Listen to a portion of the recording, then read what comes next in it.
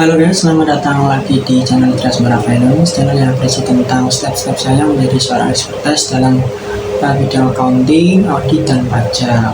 Untuk sesi pemahaman dan hafalan materi ini yaitu perpajakan ya, yang diambil dari buku modul CIFB, materi hukum bisnis dan perpajakan yang diterbitkan oleh IAI.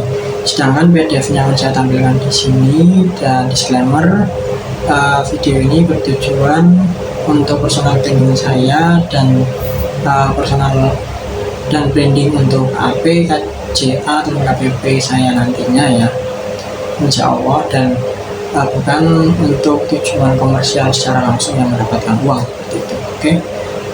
Baik, seperti biasa akan saya tutup mata untuk membuktikan pemahaman dan kehafalan saya. Baik, kita melanjutkan materi yang kemarin ya guys. Kemarin kan kita membahas tentang 3 jenis pajak ya. Kemudian kita melanjutkan materi poin F kalau nggak salah, FGG kalau nggak salah. Itu ada hukum pajak. Hukum pajak adalah hukum yang mengatur hubungan antara pemerintah sebagai fiskus dan juga masyarakat sebagai PP, yang terdiri dari dua, yaitu hukum pajak material dan formil. Hukum pajak material adalah hukum pajak yang berisi norma-norma yang menerangkan tentang keadaan, perbuatan ataupun peristiwa yang dapat menimbulkan tambah pajak, yaitu sebagai objek pajak. Kemudian ada siapa yang harus dikenakan pajak, subjek pajak, kemudian berapa besar pajak yang dikenakan, tarif pajak, dan yang kemudian ada segala sesuatu tentang timbul dan hilangnya atau terhapusnya utang pajak, dan hubungan hukum antara pemerintah sebagai fiskus dan masyarakat sebagai PP, di mana contohnya adalah undang-undang pajak penghasilan. Kemudian ada hukum formil, yaitu berisi ya tata cara pelaksanaan hukum pajak material tadi ya.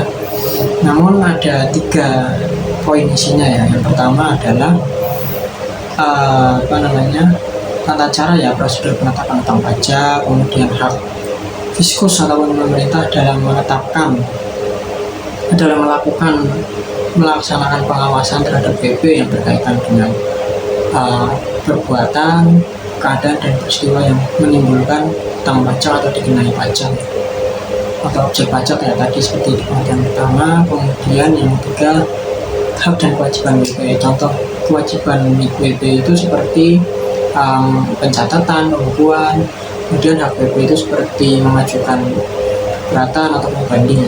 Itu ada di contoh undang-undang KUP, yaitu Tata dan Tata Cara Perpajakan. Kemudian untuk hukum pajak material dan formil PPh dan PPN itu berbeda ya guys. Yang pertama kita bahas hukum formilnya terlebih dahulu. Untuk PPh dan PPN itu sama-sama hukum formilnya itu berada di UU KUP nomor 6 tahun 83 yang diubah menjadi UU nomor 16 tahun 2009. Sedangkan hukum pajak material PPh dulu ya, PPh itu berasal dari ada di dalam di UU KUP nomor 7 tahun 83 yang terakhir diubah menjadi UU nomor 36 tahun 2008, dan hukum pajak material PPN itu ada di UU KUP nomor 8 tahun 83 yang diubah menjadi UU nomor 42 tahun 2009. Kemudian kita itu rangkumannya dari berbagai penjelasan yang di bawah itu tadi ya, di bawah hukum pajak material. Kemudian kita melanjutkan poin H kalau nggak salah, itu ada teori mendukung pajak. Itu ada 4. Yang pertama adalah teori asuransi. Dalam asuransi itu kita diharuskan membayar premi. Pembayaran premi itu biasanya dimaksudkan ya sebagai usaha untuk melindungi kepentingan kepentingan orang yang menggunakan asuransi tersebut, ya, misalkan keselamatan jiwa raga, keamanan harta benda. Pembayaran pajak itu disamakan seperti pembayaran premi.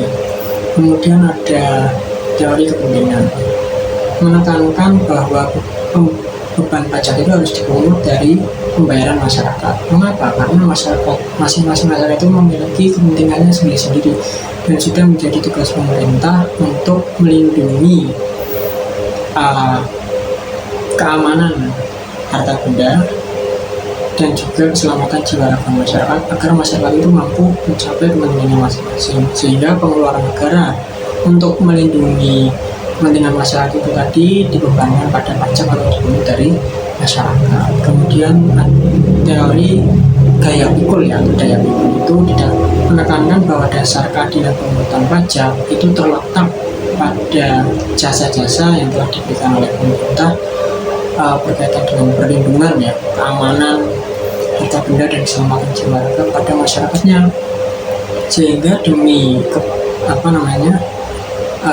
perlindungan kepentingan itu, maka pemungutan pajak itu dilakukan atau dibebankan pada masyarakat berdasarkan gaya pikul atau daya pikul masing-masing individu. Kemudian yang keempat nih, terakhir ada teori asas daya beli, yang mana lebih menekankan pada penyelenggaraan kepentingan masyarakat itu dapat dijadikan sebagai dasar keadilan dalam pemungutan pajak. Kenapa? Karena itu kepentingan masyarakat, bukan kepentingan negara ataupun individu, sehingga pajak itu lebih menitik beratkan pada sifat mengatur, gitu. Oke, sekian masalah materi pada hari ini. Untuk yang mau memberikan komen, kritik, saran yang membangun bisa tulis di kolom komentar. Dan seperti biasa, saya terima kasih pada IAI.